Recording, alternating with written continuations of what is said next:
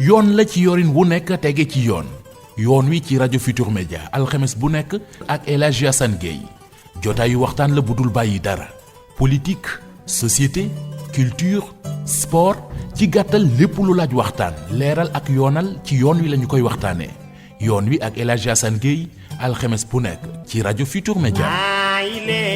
mbokk yi ñu ngi leen di nuyu di rafetlu bu baax seen ànd ak ñun RFM ni ñu ko baaxoo alxames ju ne ci waxtu wi ci kàttanu borom bi ñu àndaat ak yéen seen émission yoon wi tey ñu ngi am mbégte dalal colonel Mamadou Adj di colonel bu nekk ci à la retraite moom nag borom xam-xam la expert ci wàllu situation d'urgence wàllu génie militaire ancien aviateur colonel Adj ñu ngi lay ziar bu baax rafetlu teewaay gi. ñaari yoon a ngi nii may ñëw ci émission yoon wi.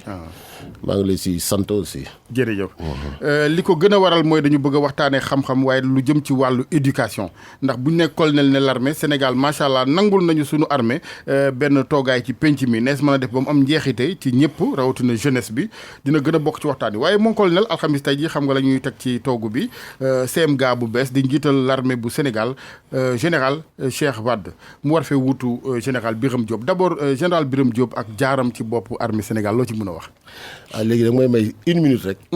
dafa am lu may doore mooy jaale ñi fi jógee ci mbas mi. notamment Pape Diouf. tase nag moom 1 an 6 mois avant. Radisson ñu toog waxtaan ku bëggoon nit la. waaw di jaale donc ñi fi jógee ñëpp ñi perte seen waajur wala seen i mbokk. di aussi Thione Seck. ñi fi jógee monument bu daanu la Sénégal dafa perte monument. ñu aussi renforcer li ñu waxoon rek ci biir événement yi fi amoon. ci attaque rajo yeeg média donc RFM. donc ñu leen di encore jox suñu soutien. merci beaucoup. avec toute la presse. parce que dëkk bu amul presse. du dem ci kanam du avancer donc il faut que loolu ñu comprendre ko. maa ngi nuyu aussi sama waa Grand Place ñu ngi may déglu. ak sama sœur à Washington Astou et cetera. maa ngi nuyu kii aussi parce que plan de la Médina ci mbas bi. bi ñuy def Médina plan Médina. Cheikh Ba moo ko initié woon. donc il faut loolu ñu wax ko aussi. c'est pas politique man je sais pas politique. man maa yoroon sama plan. di seet kan moo ma mën a dimbali. moom moo ma dimbali. Bamba Fall jël ko ak sportivité. ba pare Seydou Gueye def intermédiation bi. ba ñoom ñëpp ñu dajaloo ci benn plan bu ñuy wax plan de la Médina engagement communautaire. loolu moo ñu permettre mën nañ ci delluwaat bu ñuy wax exemple bu rafet la. waaw moo joxe ñoom yi ñu daje sur l'essentiel. daje ci l'essentiel pour mën a xeex ak mbas mi. donc loolu vraiment Médina joxe na fa benn exemple. léegi fii ci question bi nga posé si Birame Diop du neex a remplacer. parce que vraiment kilifa bu am leadership la leadership nag moo gën a metti parce que chef dañ koy nommer.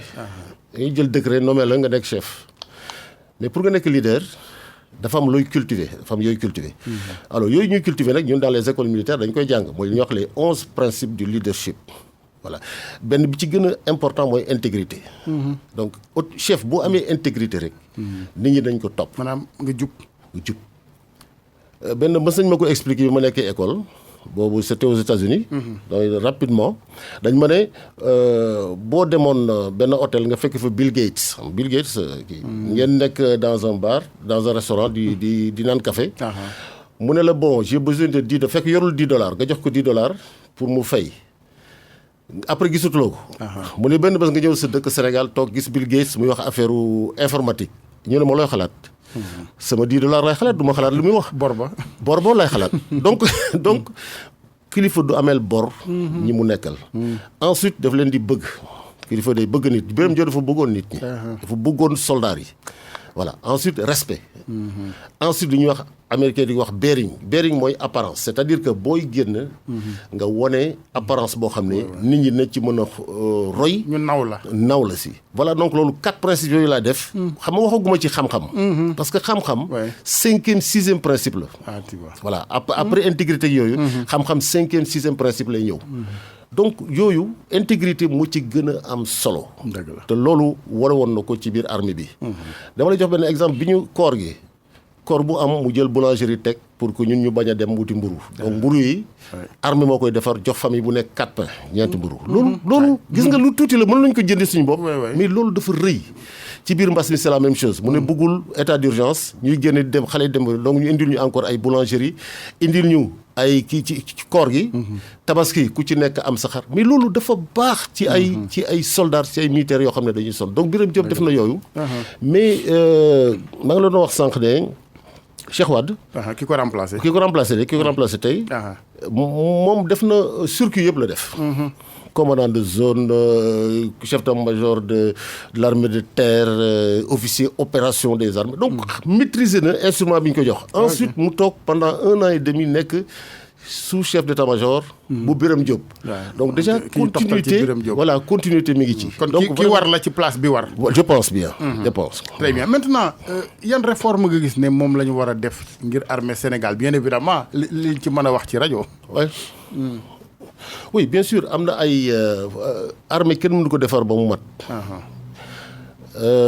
parce que armée dafa am ñaari posture dafa am posture temps de paix ak posture temps de guerre suñu armée Senghor moo ko xalaatoon vision la amoon moo tax muy indi woon volet armée nation moom la Birame Diop d'ailleurs développé mu ne armée bi bu guerrewul lu muy def mi ngi am ay experts mi ngi am ay techniciens mi ngi am ay moyens mi ngi am ay caterpillar mi ngi am kii lu muy def na jël loolu dem utiliser ko pour dem dimbali développement national ngir askan donc il faudra que ñu yokk loolu moom il faut que état bi dugg ci parce que armée moo koy def peut-être ci son budget mais il faut état bi ñëw impliquer armée ci développement national buñ ci ruus parce que Washington armée américaine moo ko defar les autoroutes des États-Unis s'appellent Highway Defense System c'est le système autoroute de défense donc armée daf ci nekk Sénégal dañu xaw a ragal armée pour mu bokk ci dara dañ ci xaw a ragal kooku man liggéey naa ak Youssou Ndour ministère du tourisme xam naa ci dara parce que suñu jub bi moo tax nit ñi ragal ñu mais waruñu ñu ragal dañu war a jël armée ak nation ñu ànd pour liggéey dëkk bi la voilà am na solo surtout que sax l'avantage avec l'armée mooy aspect sécurité boobu muy ñëwaale voilà xam nga civil buy tabax aw yoon mun a tabax yoon wu dëgër te baax ngir ak jàll dem ak dikk armée day ñëw boole ca tabax yoon wu dëgër ca baax waaye goo xam ne day sóoraale lu ñëwagul ëllëg ci wàllu sécurité mais yaa ngi donc wax anticipation boobu yaa ngi wax lu important man génie militaire maa ngi ko jàngee États-Unis États-Unis bu ñuy def projet route par exemple armée mooy mujjee c'est-à-dire technicien dañ koy def defar projet bi et cetera après ñu jël benn chauffeur de taxi benn chauffeur de car benn chauffeur de et cetera won leen plan bi ñu ne lii nañ ko changer et cetera bu ñëpp pare ñu jox ko armée armée ne man sama char bu dans 20 ans mi ngi peser 35 tonnes kon pont yi muy traversé lii la war a nekk donc ñu jox modification yoo xam ne ensuite dina am benn aéroport boo xam ne dama bëgg yoon bi fay jaar mu jub parce que avion bu raté atterrissage war na mën a atterrir ci kaw autoroute boobu donc dañuy jubal yoon bi kooku armée moo koy wax indi des questions de sécurité là-dedans dama joxe benn ñuy def corniche bi fii man maa ngi woon présidence wax nañu ba tey diñ ko defaree nii amul benn sécurité sapeur-pompier mënu fi jaar dem sur la plage donc yooyu bu ñu ko joxoon bu ñu fi boole woon armée dina ne attention wut leen ay yoon yoo xam ne sapeur dina mën a jàll dugg dem pour def sauvetage en mer wala question et cetera wala ambulance dina mën a jàll et cetera donc voilà loolu dañ ci war a xalaat di boole ñëpp ci dara mooy indi succès dëgg la maintenant est-ce que nduruwul benn ak wuute paradoxe xam-xam bu ni rëyee volonté politique wala manque volonté politique war koo tënk autrement dit cette grande muette là est-ce que nag baax na ci armée naam parce que am réew moom bu fekkee ni lu ne la ñuy wax ci penc ma réew ma tas waaye est-ce que nekkul gàllankoor quelque part oui grande muette mu ngi jeex grande petite muette la nekk quoi parce que depuis 96 ak général Mansour Seck dañu créé la DIRPA donc gis ngeen armée di communiquer toujours di communiquer di voilà ñun sax bi ñu fay man nekkoon naa DIRPA def naa DIRPA 2 ans ñun ñoo initier la formation des journalistes mooy kii boobu session boobu muy jeex di jël journalistes yi yóbbu leen à l'ENOA après yóbbu leen ENSOA voilà amoon nañ ci élément voilà donc loolu ñun ñoo ko indi pour pouvoir huiler relation bi pour armée mën a génn nit ñi di ko gis parce que armée mënul am ses moyens de communication parce que communication de défense dañuy fekk système de communication média ñu ñëw teg ci armée pour que média boobu transporter li armée di wax mais armée mënul am boppam ay médium donc armée il faut bu liggéey tamit pour renforcer relation bi ak les médias ak la population. maanaam il faut ñuy wax. il faut ñuy wax xëy na waxin wi rek. ak responsabilité. dinañ ñëwaat ci armée bu Sénégal colonel Mamadou Athie wax naa sànq ni yow ci wàllu situation d'urgence expert nga ci Sénégal nag àddina ci boppam sax urgence bu rëy dugg na fi boobu ak léegi muy mbas mi globalement naka nga jàngatee gestion bi man de du ma expert naam mais xam naa ni gars yi góorgóorlu lañu surtout waa Kër Docteur macha allah. waaw dañ leen di féliciter. wax naa ko ci benn conférence moo leen def il y a 1 mois ma ne man. xam nga nag dañu juwoo ci man ni ma ko jàngee. mais ku nekk ni nga ko xamee quoi. plan bi ñu tegal mooy plan santé. pour man plan santé dañ leen ci décorer médaille d'or. ok parce que li ñuy def yëpp plan santé la. moo indi faj bi moo indi comment on appelle maîtriser la transmission. yooyu yëpp plan santé la. man li ma doon wax mooy dañ ci war a boole. un plan de réponse xam nga riposte ak réponse foofu la ñuy différent woon rek au début riposte man mooy sectoriel c'est-à-dire que ministère de la santé wala ministère de l'aviation moo yore riposte mais réponse dafa war a nekk lu gën a rëy moom la ñuy wax engagement communautaire loolu laa doon demandé que dès le départ ñu def ko centre de gravité Fatick bi ñu doon waxtaan ma ne centre de gravité bi nekkul ci riposte bi mi ngi ci réponse bi te léegi ñëpp dellu si nañ ci parce que ñëpp ngi wax engagement communautaire et cetera am na décision fi ñu mujjee lañu waroon njëkkee voilà fi ñu mujjee lañu waroon njëkkee am na décision yoo xam ne dama lay wax Alhaji Assane man du ma ko jël par exemple li ñu tëj Thiès tëj Dakar man ba ma bokkoon ci comité dinaa wax ne bu ñu ko def jaruñul dara parce que tëj Thiès de 9h à telle heure ba te nga bàyyi nit ki bu buggee jóge Thiès dem Linguère jóge Linguère jóge Thiès dem Touba jóge Thiès dem kii mais yow li nga bañoon yaa ngi dispersé yaa ngi koy gën a tasaare ci yeneen gox yi booy tëj da ngay tëj ñëpp toog fi ñu nekk dootuñu génn wala bu ñuy génn sax si kilomètres yu ndaw la pendant un certain temps la difficulté nag mooy ñun tëju dañoo jigul nag xam nga ni ko France mënee ak yooyu ay ñeenti ay bés fii boo ko fi defoon léegi mar d'Italie kon bu ñu tëj bu ñu tëj ñu renforcer mesures barrières renforcer approche communautaire comme li ñu def léegi moom la ñuy def léegi nii moom la ñu def sax li ñu mujjee moom la ñu waroon commencer bien sûr il fallait commencer ñu tëj kooku moom c'est normal moom laa jëkk wax au début bi ma ñëwee fii dama ne dañu war a tëj bu dëgër après mbas da ngay tëj bu dëgër après ngay teggi da ngay seet di ci am solo lu ci amul solo nga dindi ko di teggi benn du teggi benn kooku d'autant plus que mbas mi tam kenn xamu ko kenn xamu ko àddina yëpp dañ doon tâtonner rek exactement ñëpp dañ doon tâtonner ba ci France bërki dem ba gis nga delluwaat nañu confinement 4 semaines voilà alors que foogoon nañ ni ñoom yëf yi jeex na waaw léegi xam nga kenn xamu ko mais anticipation dafa am boo gisee document bi ma lay wan ñun 2011 lañ ko bind ci scénario mbas mais 2011 bi ça fait 10 ans ñu ngi ko bind di on avait assez de temps pour exploiter ko de waaw mais boo gisee bu lay wonee kii bi session 4 bi session 4 boo ko liiree di nga gis ne dañu ci bind chaos dans le pays mooy li ñu vivre il y a pas longtemps te boo ci gisee attaque fi am ceeb fi am diwlin fi am lekk lépp mi ngi ci bien sûr zone bi ñu koy defee du benn parce que scénario la scénario boobu mooy permettre ñu ni muy ñëwee fii par exemple ni première session li mbas bi di ñëwee dañ ko indi Laos ñun Laos la jógee benn commerçant dem Laos di jënd ay marchandises ñëw à aéroport Dakar jàll dem yóbbu ko mais kon xam nga jege na li am ci loolu nag la ñu monté le plan de partagé woon nga ko lii ak kilifa yi bi ngeen ci liggéeyee pare kii ñoom il l'avait ñoom ñëpp am nañ ko mais c'est que xam nga renouvellement génération mooy indi loolu ñi fi ñëw peut-être année boobu nekkuñu fi ñun moom la ñu doon essayer pousse pour que ñu jëlaat ko mais ñoom dañuy wax toujours naan l'état c'est la continuité ndekete moom mooy loolu ku ñëw rek jéem a indi sa touche bopp jaxase falaxe la nga fi fekkoon yëpp mais suñu état amul continuité da ngay def après keneen ñëw def parce que yow boo ko fekkewul aussi da ngay laaj ñi ko fekke woon nañu ñëw ñu def benn boo la ñu wax think tank léeg-léeg duñ ko def sax dañuy dàq ñu fekk indi seen i mbokki bopp exactement mais c'est malheureux ça exactement loolu moo indi que kii exploité wuñ ko mais boo demee état major yaa ngi ko fay fekk plan bi ñu ci accolé nga fekk ko ñu ne naka la ñuy def pour def engagement moo tax ma doon wax ci mbas bi naan nii la ñu war a def nii la ñu war a def parce que plan bi man lii la amul dara lu ma inventé lépp lu ma wax mi ngi fii ñu ngi ko bind à Washington au CEDAM Center for Disaster Humanitarian Assistance Medicine man la ñu yóbbu woon ak 3 Sénégalais ak d'autres nationalités ñu ñëw ku nekk bind sa scénario dëkk ñun suñu scénario dëkk mooy lii voilà bu ma ko joxoon nga lire ko di nga gis ne da ngay mel ni yéen da ngeen ko gisoon mais parce que américains yi dès le départ en 2009 dañ ne Afrique pandémie daf fiy ñëw mooy plan Obama moo jëkk ak ñoom wax xanaa gisoo Covid 19 bi am na benn livre bu américain yi bind ne Covid 19 day am décrire ko. c'est que ñoom dañuy nekk ci prospective loolu mooy seen avantage dañuy toog fii. mais ñoom it ci wàllu réactivité aussi gis nañ ni ñoom ni ñu amee xam-xamu teeru gàttandu loolu lañ amee cuune faj ko ndax yaay beaucoup de morts là-bas. pourquoi. Trump gars yi ñëw naa fii nga interroger ma ci loolu. ma ne américains yi résilience la ñuy def du ñu def prévention. ñun prévention la ñuy def parce que suñu matuwaay matul.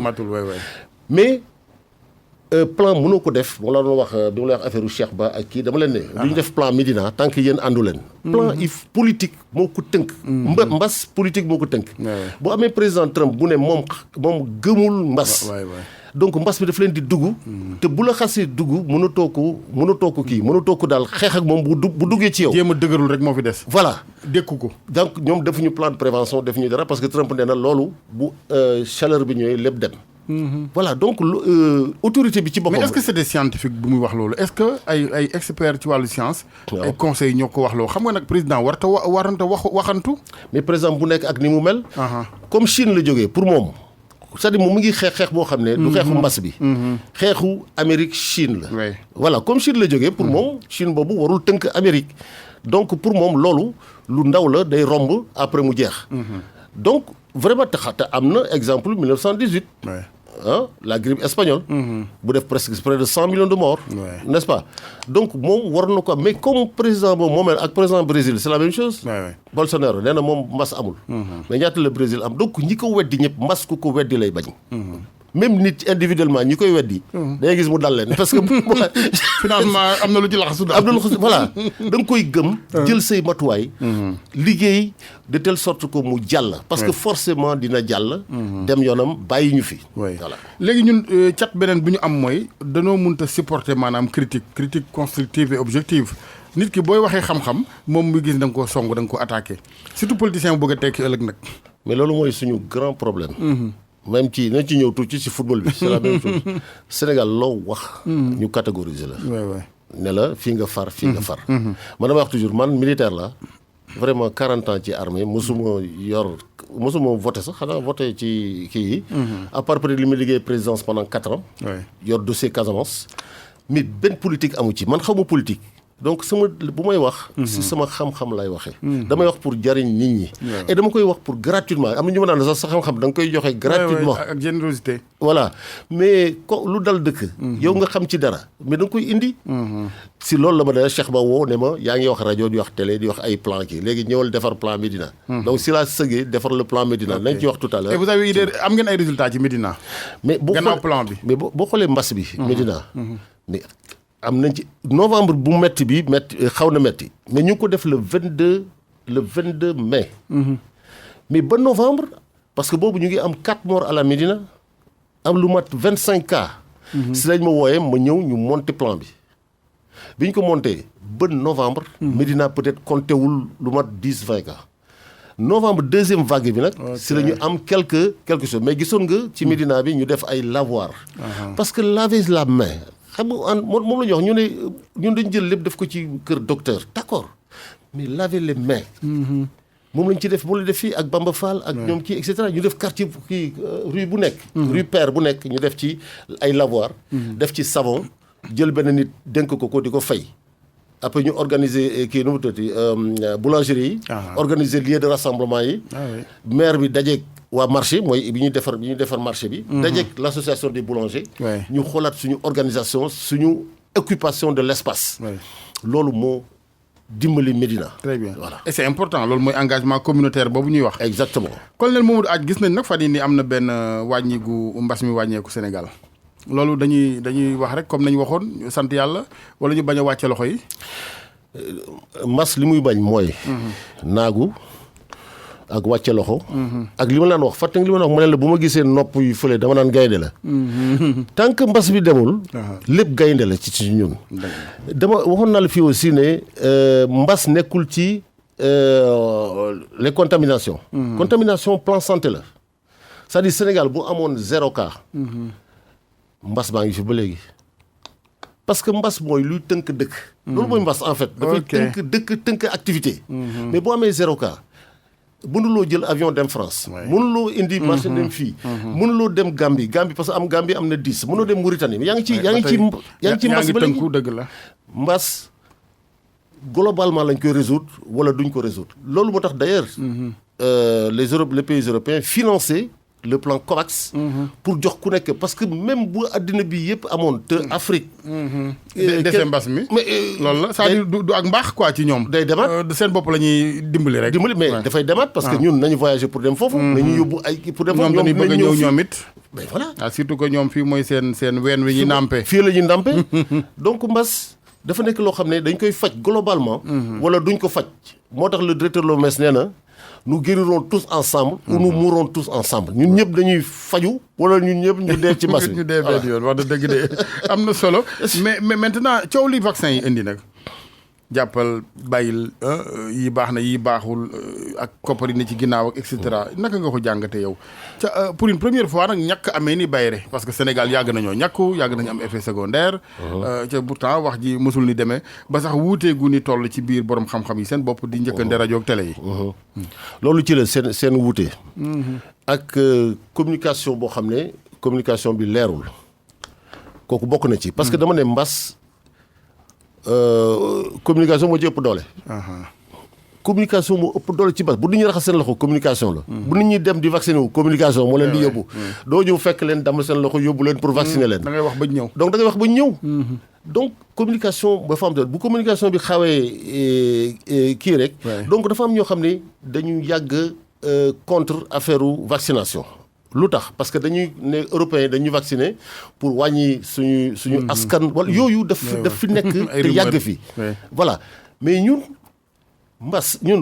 vaccination man école militaire laa jàngee 12 ans laa dem école militaire dama ñëw rek ñu defal ma TAB donc man ku may laaj vaccination bu ñu ma nee vaccination ma daw vacciné wu ci TAB bi doon na def effet secondaire non daan na metti wala am nañ am ñu tax TAB day metti 48 heures ñaari fan doo yëngu et puis doo lekk duñu jox nga doo lekk da ngay lakk ay kii donc loolu yëpp pour aar ñu loolu moo tax ñun dañuy dem ci àll bi benn fer dagg ñu mais du ñu am tétanos donc loolu la doon jariñ daf ñu doon aar di nga ko jël 4 fois ci année bi l'année suivante nga jël benn 5 ans après nga jël benn 10 ans après nga jël benn ba bi may génn armée jël naa benn pour le 20 ans donc daf lay aar ci feebar yu bari mais dafa fekk am benn espèce u groupe bu naan dañuy vacciner africains yi pour mën a wàññi seen askan pour mën loolu moo indi jaxasoo bi loolu nag ak it ñàkk xam sa valeur ay experts yi bopp ndax xam nga aussi nit ñi bu ñu leen gënoon a jàngal ni ñun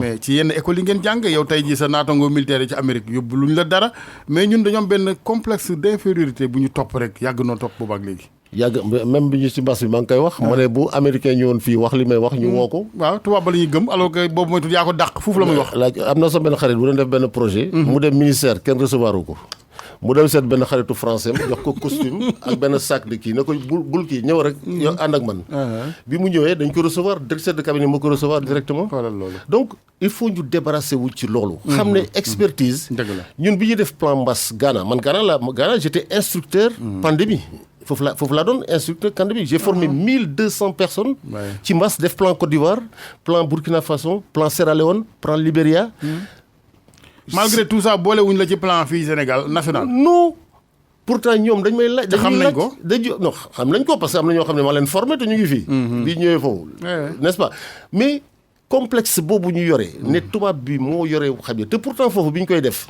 instructeurs yëpp ay africains la ñu woon américains ñoo si nekkoon nekk ci un certain nombre mais li ñu signé woon mooy chaque fois bu benn africain feeñee benn américain day dem donc bi ñu jeexalee mais instructeurs yëpp ay africains la ñu woon mais amuñu seen dëkk dañu am complexe pour laaj leen c'est-à-dire ñun ñoo war a ñun tubaab bi libéré nañu ñun ñu ñoo bañ waaw ñun ñoo bañ libération colonel Mamadou Athie fan yi ci ginnaaw Sénégal dund fi fitna gu rëy goo xamante ni mu ngi tukkee ci mbiri privé ñaari doomu aadama Ousmane Sonko Adji Sarr réew mi xaw a tàkk parce que nañ ko ni waxee noonu la demoon nañu ba wax dëgg yàlla nit ñi xalaat nañ scénario bu ne yow d'abord loolu noo ko jàngatee en tant que expert ci wàllu situation d'urgence waaw loolu foofu dama ko jàng ci politique dama ko jàng ci situation d'urgence bi ma wooyetee fii pour kii leen ci bi leen attaqué dama ne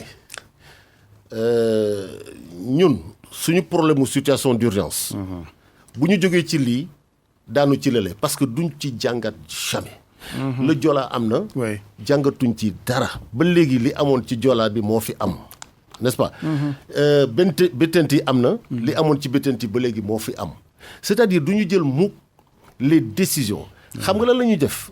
tactique la ñuy def damay joxe un exemple. Immigration clandestine. boo laajee nit mu ne la nañu jël ay poste police teg ko fii. mais kooku du stratégie. da ngay dem ci stratégie. te nit ñi man bind naa président de la République wax ko ban stratégie la ñu def pour renforcer suñu gestion. des risques et catastrophes. mais ba léegi amoo réponse kenn recevoir uma dama ci boole sax stratégie bi ñu ne ma bu ci def stratégie bi téye ko. bind ko rek boo fekkee ne recevoir na la nga wax ko lan nga xalaat ci suñu renforcement damay joxe un exemple rek. ci biir sama stratégie bi ma ko wax. par exemple suñu stratégie de gestion des catastrophes commandement territorial rek la jël. c'est-à-dire da ngay naan préfet le gouverneur le ministre de l'intérieur et cetera mais où sont les maires. bu marché lakkee du maire moo fiy jiitu. boo demee en Europe les sapeurs-pompiers. sont chez les maires. parce que mooy le premier élément intervention. mais donc ñun il faut ñu réviser loolu. ñun sapeurs-pompiers yi ñu am par exemple sapeurs-pompiers militaires la ñu. mais sapeurs-pompiers du nekk militaire rek boo demee France. Paris rek moo am sapeurs-pompiers militaire ak Marseille.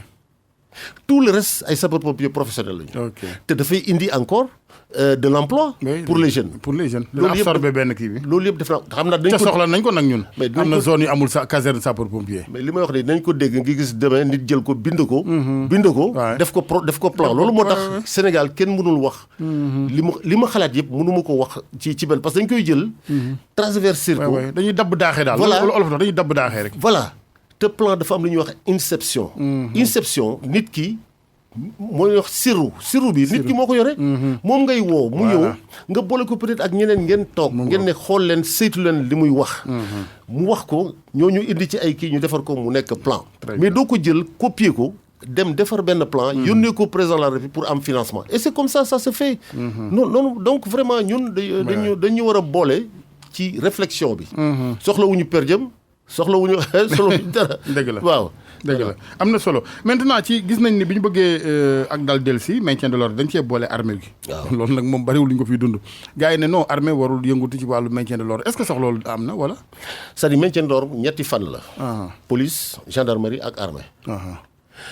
mais ñun armée sénégalaise xam nga armée républicaine la. armée sénégalaise daf ne ci ni ñu leen formé du ñu dal mukk ci population bi. en tout cas suñu histoire dem nañu ba moment yoo xam ne Sénégal dem na ba yëngu. armée bi mosuloo ko gis mu dal ci nit ñi. ñu maintenir loolu. mais bu demee ba déborder. parce que quand même on a eu 12 morts. 12 morts tuutiwul. ak des institutions menacées aussi. ak des institutions menacées. bu dee taaxi kilifteef yi dañ ko menacé. ak des milliards qui ont disparu. parce qu'on a attaqué ça. donc surtout armée rôle am ci maintien de l'ordre.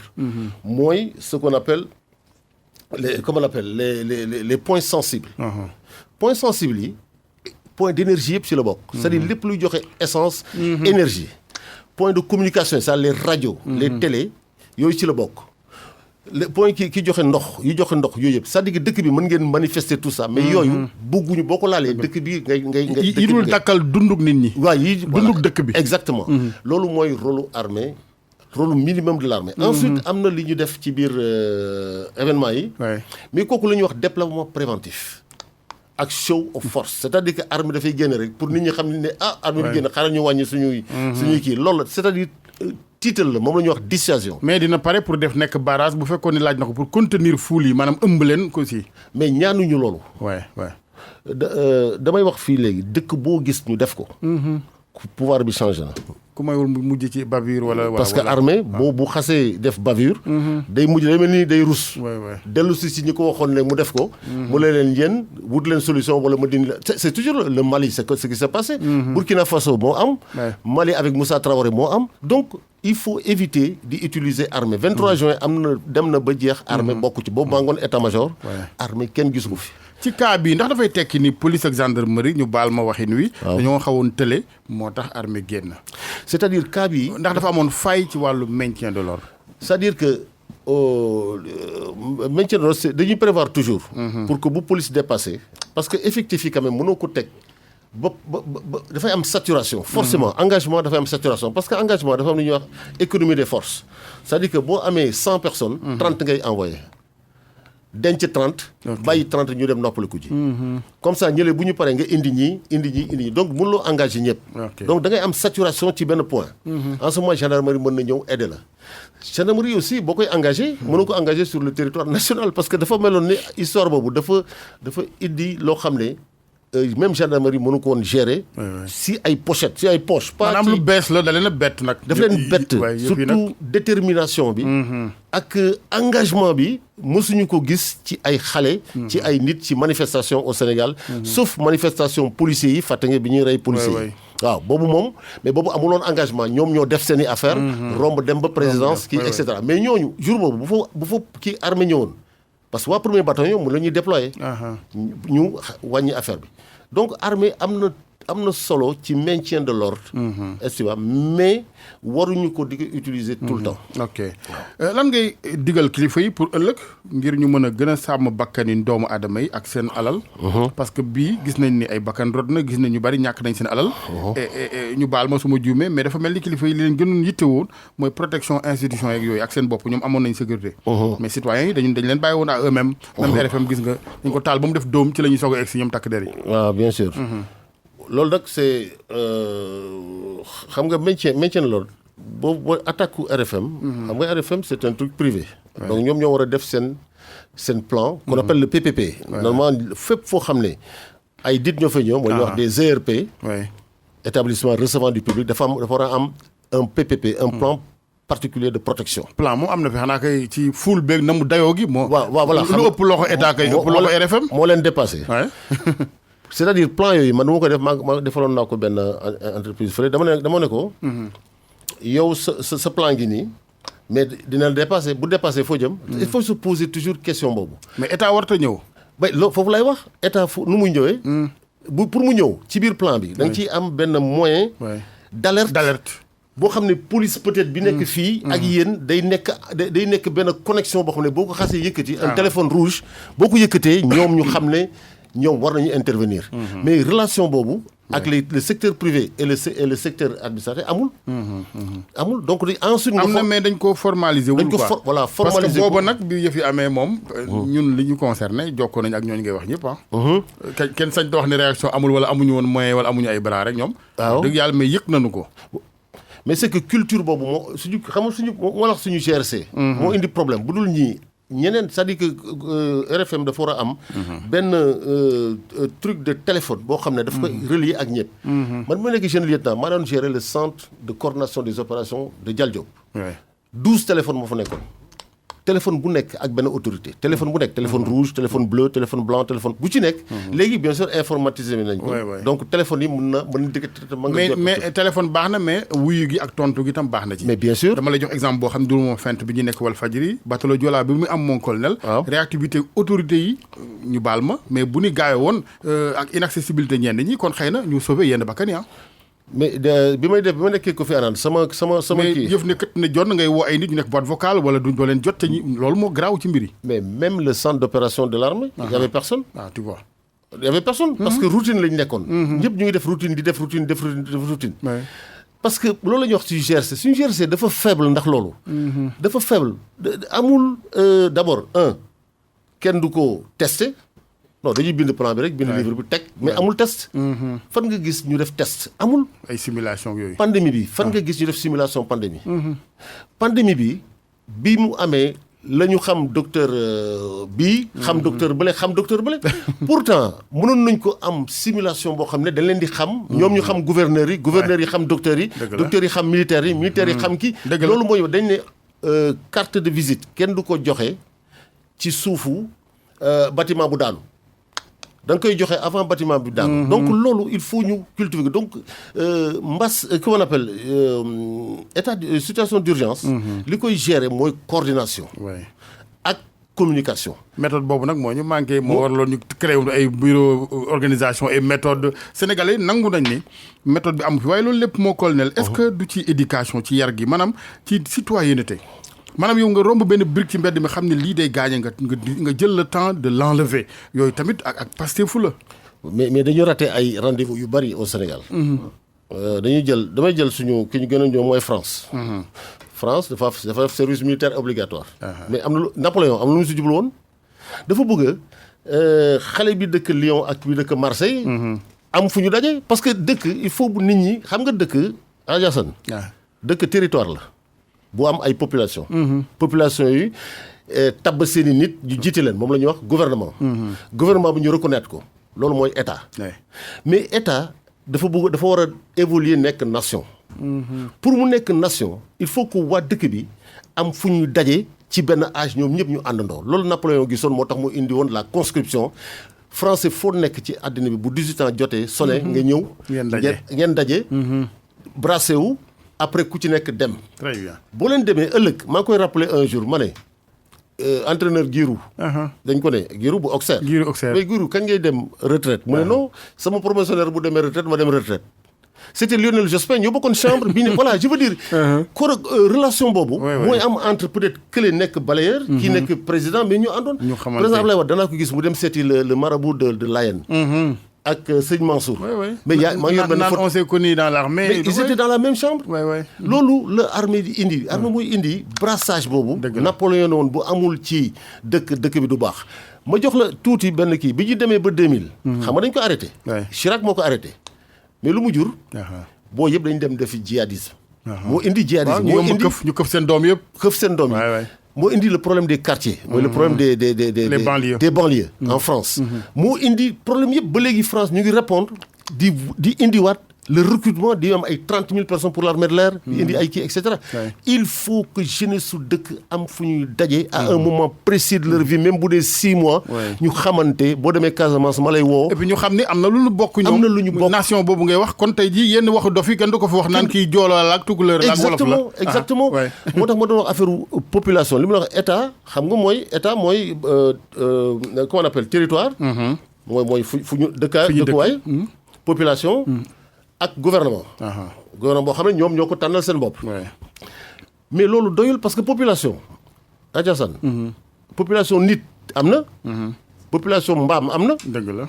population nag am na. ay nag am nañ ci dëkk ba. population picc am na. population jën am na. mais pour que population boobu dekk population nit dañ leen di ànd ñu am histoire boo xam ne ñoom ñoo ko bokk. d'accord na ñoom ñoo ko bokk. dëgg la ne ëllëg aussi dafa am fu ñu jëm te fi ñu jëm ñun ñoo ko bokk donc conscience de leur histoire. bi passé ak conscience de l'avenir bi ñu bëgg a def. bu ñu ko amee ñu ngi jëm vers la nation. nation nga xam ne dañ koy tabax ba abadan. du sotti mukk mais dañ koy tabax di ci dem. loolu nag dafa am ay instruments yi mooy éducation. formation. encadrement. ba pare direction boo xam ne dañuy direction d'intégrité yi leen diriger nekk des personnes intègres. en ce moment dëkk bi dina mën a jëm ci kanam. dëgg la moo tax fan yi bi ñu fi waxee waxi waaso ñëpp tiit ndax gis nañ fi Rwanda naam nag jóg nañ ci ñoom ils se sont relevés. Rwanda wax dëgg yàlla kàmb gu ni xóotee ñu duggoon ca génn ca loolu jar na kañ tamit waaye li gënati nag mooy sori kàmb. gis naa ko tuuti quelques éléments fii bi ñuy Rwanda journalistes ñoo ko indi ak politiciens yi. bi ñu fa ne man fa la nekkoon j'étais officier de communication de la Minuar. presse ak kii ñoo soqali affaire bi. ba nit ñi xeex voilà. nu ñu def ba génn ci kooku man Kagame laa koy laaj nu mu def ba génn ci. mais xam naa ne quand même bi mu ñëwee au lieu mu dafa indi nit ñi nekk dafa indiwaat benn dañ def lu ñuy wax les gàccaca yi au lieu que ñuy tëj nit ñi. ñëpp dañu bokk ñëw traditionnellement ku nekk ne maa rey sax kii ne la maal baal naa la et cetera. donc pardon mooy bi kii defoon. xeetu conférence réconciliation. voilà réconciliation Afrique du Sud. exactement donc boobu la def. boobu moo ko may succès yi si des quoi ba dëkk bi nekk benn ma dellu na fa en 2011. mais gis naa ne quand même am na kii dal na ko. macha allah donc ñoom danoo def le tout ba juboo. ñun ñi juboo nag macha allah bëgg nag di kërti pour xuloo. voilà loolu amul sens. ñun ñuy xeex pour xuloo ñoom. très bien wàllu sécurité mon colonel ba tey Sahel bi gis nañ ci ay réew Mali Niger Nigéria Burkina Faso suñuy dëkkandoo naam mais ñoom fitna dugg fa d'abord lan moo koy expliquer ak it Sénégal ndax mucc na ci. waaw ñun keroog mu nekkee ci benn te laaj nañ ma ko moo ne Sénégal ak Côte d'Ivoire ak yooyu ñun xaw nañu mucc ci loolu. ñun niñ koy expliquer waxuma ne loolu la. mooy Sénégal moo nekk ci ñu wax moo la ñuy wax moo nekk ci Rimland moo nekk ci kii bi ci géej gi. foofu la port yi nekk. Dakar Abidjan Lomé ñooy port yi. jihadistes yi tamit ay stratège lañu. du ñu attaqué dëkk yooyu pour bañ ñoom tamit parce que seen logistique foofu lay jaar aussi. puisque mënul jaar au nord parce que au nord dafa am Libye xeex moo fa am Algérie duñ ko fa jaaral parce que Algérie dafa et cetera donc li leen dese mooy capacité ñu jaaral fii jaaral kii et cetera donc dëkk yooyu dañ leen di bàyyi parce que mooy seen mu la ñu wax ñun BSL base de soutien logistique. Effectivement boo xamee même les opérations Barkhane seen base de soutien logistique Abidjan la. Voilà donc yooyu c'est des bases donc duñ ko laal mais jour yi maa ngi gis ñuy attaquer le nord de la Côte d'Ivoire. ñu analyser ko ci le fait que le Tchad moo ñëw ci zone des 3 frontières Tchad bu ñëwee day changer équilibre militaire bi fa nekkoon. Donc djihadistes yi lan la ñuy def dañuy élargir seen zone d'action pour mën a diluer c'est-à-dire soxatal arrivée troupes tchadiennes yooyu. moo tax ñu élargir zone bi ñëw di attaquer le nord de la Côte d'Ivoire. Pour pouvoir créer li ñuy wax ñun élongation donc ñun noonu lañ koy expliquer. Mais ñun dëkk bi suñu dëkk bi force de sécurité ñu ngi def li ñu mën. Mais moom la wax toujours même ci mbas bi loolu la ñun dañuy am riposte. Mais amuñu réponse ci djihadisme lan mooy réponse bi riposte bi force de sécurité mën nañ ko ñu ngi ci frontières yi. Ministère de la défense moo ko yore ministère des forces armées mais riposte bi lan la. parce que terrorisme bi nekkul rek ci xeex ak nit. yor arme et cetera. dafa nekk ci éducation. ci xelu nit ñi mën nañoo këf xelu ndaw ñi. Exactement moom la ñuy wax le théâtre d'opération secondaire dafa am ñaari théâtre d'opération. Primaire mooy riposte bi ak secondaire. Secondaire mooy réponse bi c'est lan la ci communication la. ci éducation. ci formation. ci sécurité collaborative. pour que population yi mën di wax loo xam ne gis nañ ko. te xamuñu ndax kii na wala dalul seen xel. ñu koy dénoncer. Exactement ak it wutal gune yi lu ñuy def ba ñu bañ a désœuvrer bay dugg ci leneen. ak maintenant wut xale yi lu ñu def pour empêcher que ñu woo leen. dugal leen ci loo xam ne baaxul kooku mooy théâtre d'opération secondaire.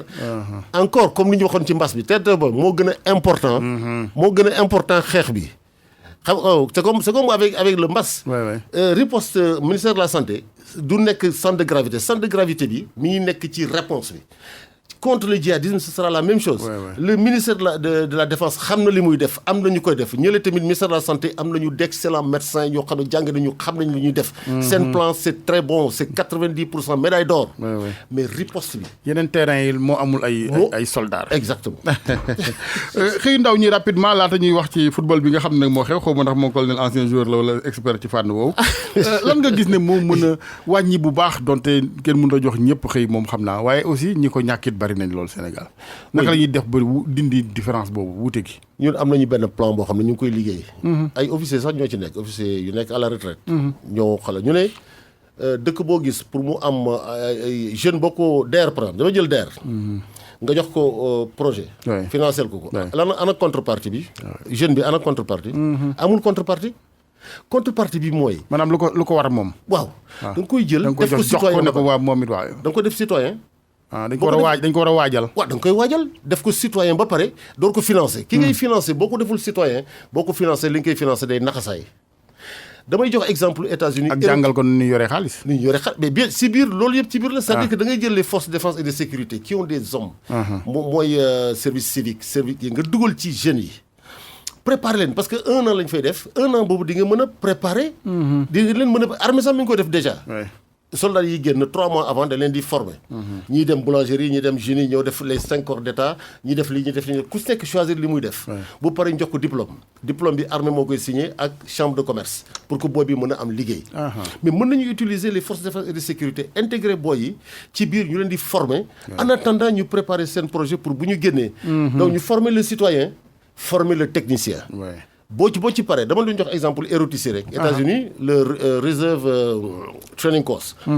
étudiants yi la dañuy ñëw ñu jël leen armée ñu toog fa 2 ans bu ñu fa tegee 2 ans bu ñuy génne jox leen $10,000 de bourse mais compensation nationale bi. mooy li ñuy ñëw consacrer ko pour 2 années. dans l'armée américaine.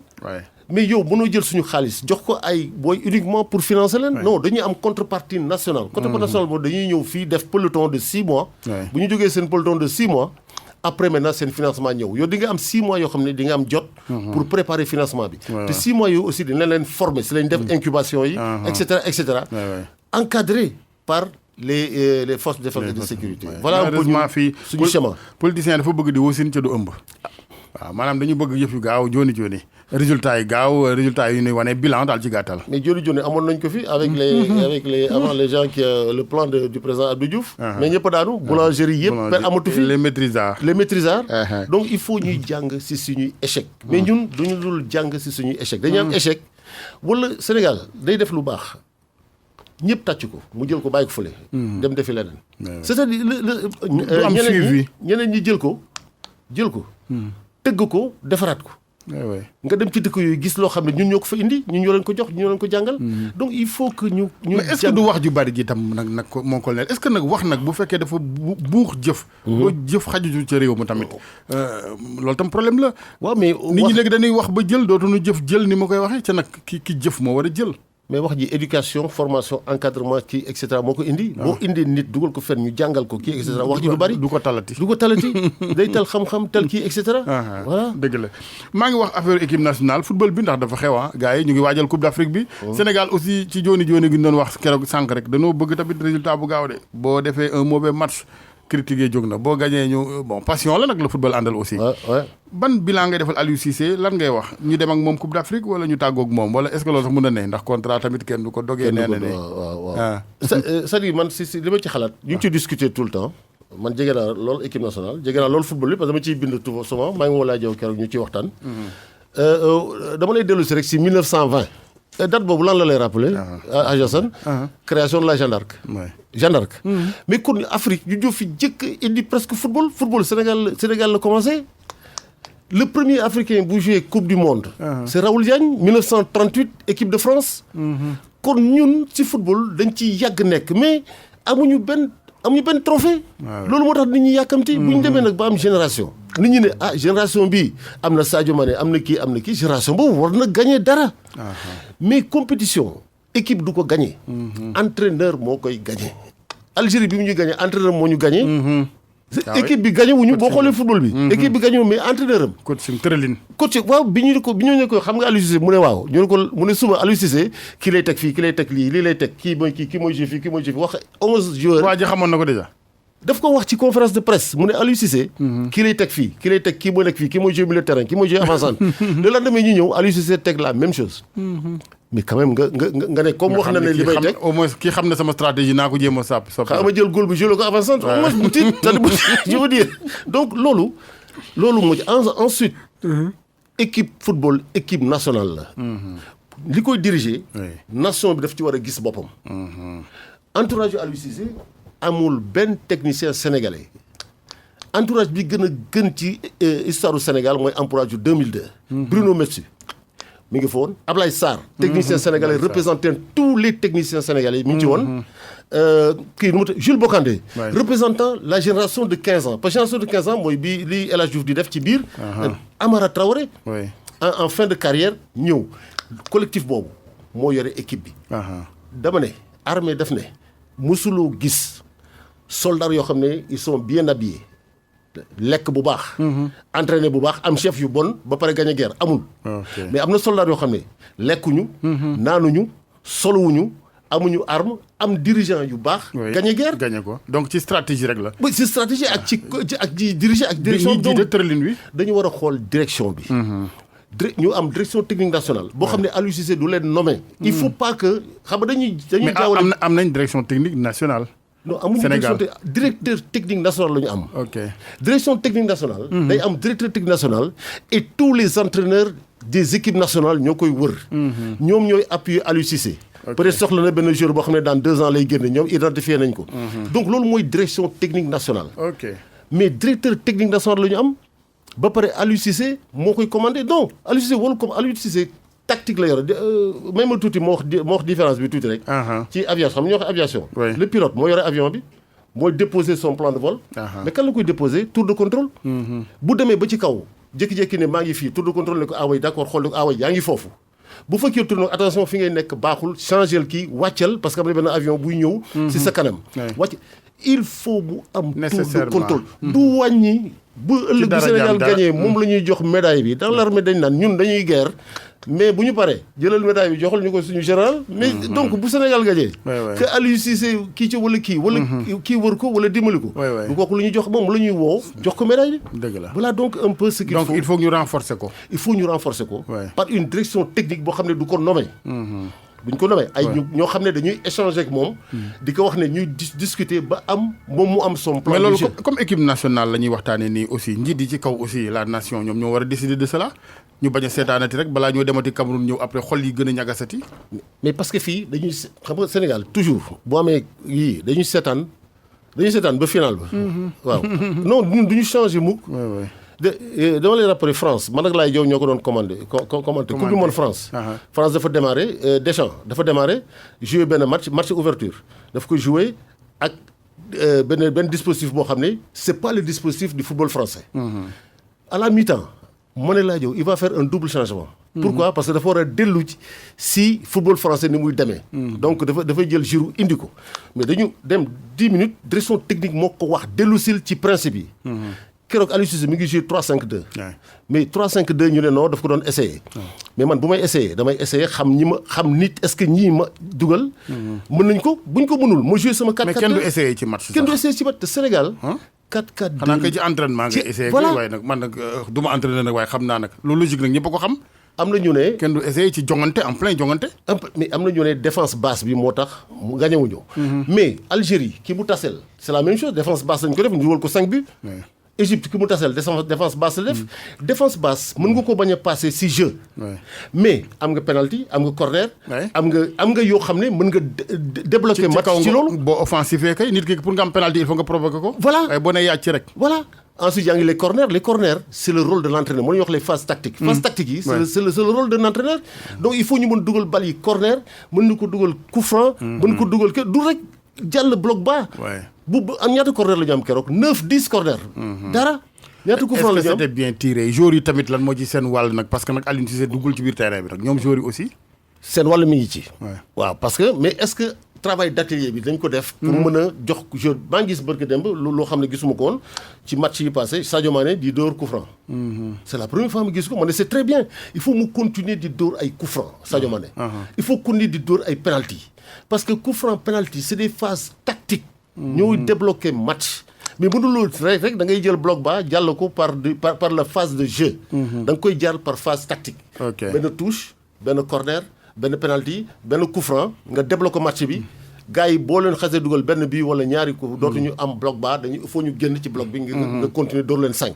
et c'est comme ça qu'il faut travailler l'équipe nationale. fan la colonel jàngee lii.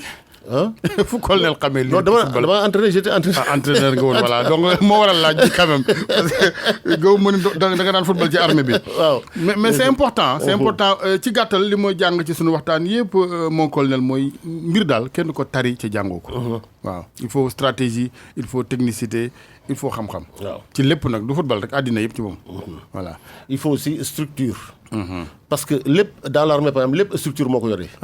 bu guerre amee. dañuy am suñuy wax centre d'opération mooy wax yow yaa ngi guerre yaa yore combat bi mais centre d'opération moo lay surveiller. di la wax c'est pas ton supérieur. Sénégal li ñu bañ. mooy ku leen di xool dañoo bëgg chef. dañu bëgg chef jiitu c'est dañu bëgg ndamoo. lépp lu ñu bëgg dañu ko bëgg ndamoo yow rek. non. mais àddina sax dafa toll ci collégialité léegi. en toute chose nag. exactement. collégialité mooy indi succès. mais bu succès bi ñëwee yow mi nga xam ne yow la ñuy dénkoon affaire bi. yaa koy gagné.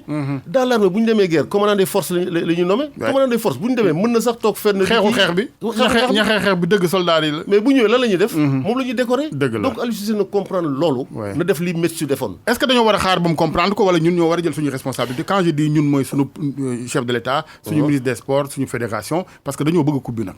am na dëkk yoo xam ne chef de l'État mooy ñëw. Cameroun bi muy dem coupe du monde en 80 bi muy dem coupe du monde ñoo affaire Mila. mais c'est le président de la République qui a dit mettez Mila dans l'équipe. c'est-à-dire dëkk aussi. il faut pas dire sport bi la ministre des sports moo ko yore. bu ñu mënul juboo ci def dañuy def li nit ñi bëgg. dañ koy essayer.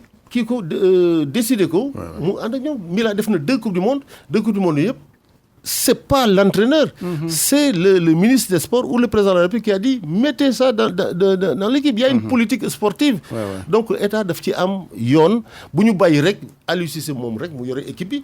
dafa war a am ñu ko entourer, dafa war a refléter l'organisation nationale, dafa war a refléter les capacités techniques du Sénégal. jël ay techniciens dugal ko ci biir ñu koy xelal. ñuy waxtaan di pencoo. très bien boo ko pencoo da nga koy gagné. maa la ko wax boo ko penceewul dañ lay gagné. voilà ñu am un football sénégalais. un football sénégalais. waaw parce que yaa ngi wax sànq ne way système ak yooyu mais ñu am un football sénégalais. parce que ba tey ñun xamuñu ban système la na ñun suñu système 4-4-2 la. mooy système Sénégal kon dañ doon bëgg a essayer yii nii. dañ doon essayer 3-5-2 4-4 parce que équipe bu dem compétition il faut ba am au moins 2 wala 3 systèmes de jeu. très bien. mais 4-4 pas Metsu bi bu ñëwee. 3-5-2 lañ ko jox. parce que Peter Schnittger moo développé 3-5-2 au Sénégal. bi Metsu ñëwee indi 4-4-2. après 4-4-3-3 donc équipe Sénégal bi muy dem Coupe du Monde amoon na 3 systèmes tactiques boo xoolee buy jouer sax day changer. système tactique loolu la c'est-à-dire bu la mënee lii nga changer def nii. mais doo ko essayer ci biir match. on a le temps. fii ak Coupe d'Afrique. am nañu ne quand même convocation joueurs yi yombul tam waa tubaab bi tam toppeetu nu mboor rek duñu libéré teel a libéré. sunu xale yi tamit exactement heureusement il y a des dates FIFA. c'est que aussi année bi yëpp dañu am ay dates FIFA mais ni ñu koy utiliser du baax. dañ ko war a commencer utiliser date FIFA yi. merci pour bu ñu amul compétition ñu indi booy joueurs. Ensuite il faut que les joueurs locaux bokk ci équipe. équipe du foot dañu bëgg équipe bi di football. comme ni ko Malal di waxee. am Ndiaye joxal Diop mais Ndiaye ak Diop Sénégal la ñuy dëkk. oui pour que sax ñu identifié wu ci ñoom. mais bien sûr. loolu moo indi problème Argentine. Messi moo dàq football ci monde bi mais Messi ne pourra jamais faire jouer l'Argentine. parce que yaroowul Argentine bokkul ci Argentine. donc suñu numéro 10 bi nga xam ne moo war a yore kii bi nu mu tuuti. animation ngalax bi njambaan bi yooyu. kooku il faut mu jóge fii. oui très bien. te boo ko xoolee di nga ko am di nga am koo xam ne mën nga ko indi. muy def loolu. donc il faut que ñu commencer respecter. bañ koo jàpp rek ci Sénéf yi nan ko daal wooyee. ñu daal di Sénéf yi rek ñoo ko yore. Sénéf yi rek ñoo ko yore voilà. Sénéf yi sax dinañ ànd ak ay gars yoo xam ne. ay Moussa Diop Kenom ay locaux ay kii et cetera des locaux. macha allah te même responsabilité ñu am yëpp. yu bari ay locaux ñoo ko indi. très bien en 90 l'équipe était locale. 2000 bi ñuy dem demi-finale ak Nigéria. mais c'était de locaux c'est ñoom Moussa Traoré ñoom Boy Ndiaye ñoo fa nekkoon. donc il faut pas ñu jël football sénégalais sànni ko fële di jël rek les étrangers.